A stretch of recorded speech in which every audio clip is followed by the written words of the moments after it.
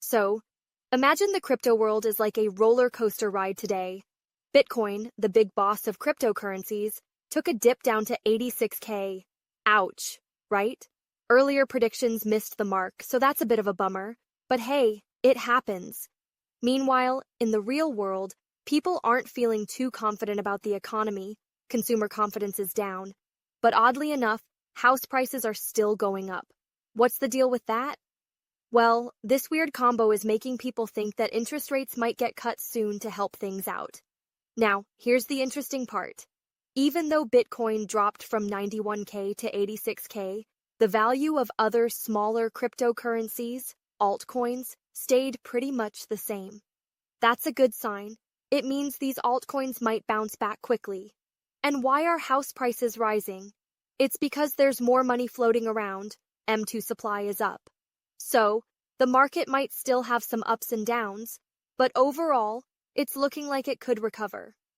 The government might need to step in soon, though, because people aren't feeling great about the economy. Now, let's talk about how the market might move today, based on UTC +6 time zone. 8 a.m., 10 a.m. Chill time, nothing major happening. 10 a.m., 3 p.m. Things might look good because the People's Bank of China, PBOC, is injecting money into the system. Also, Japan's Core CPI data came out, and the RRP, a fancy term for short-term borrowing, went up by 96 million. Green lights all around. 4 p.m., 6 p.m. Things might dip a bit as markets close and Japan starts short selling, betting on prices going down. 7 p.m., 10 p.m. Back to green. New home sales are down, but M2 supply is up, which is good news. 11 p.m., 4 a.m. Another dip as RRP rises toward the end of the month. 5 a.m., 8 a.m. Things get a bit wobbly, wicky, so keep an eye out.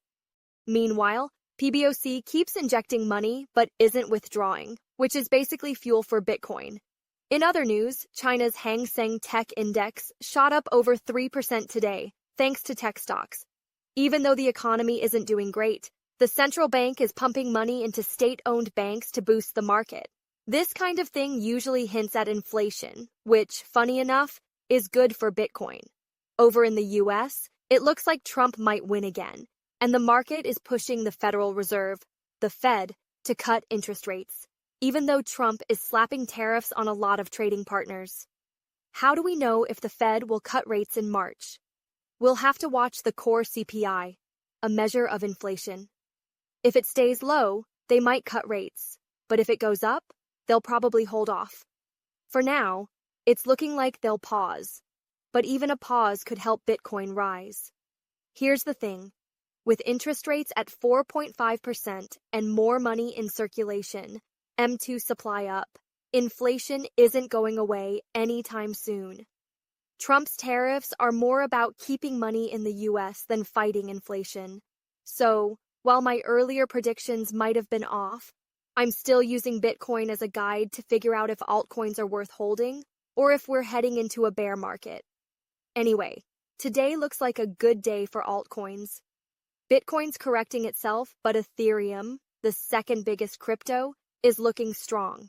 This might mean altcoins are starting to move independently of Bitcoin, decoupling, which could be a big deal.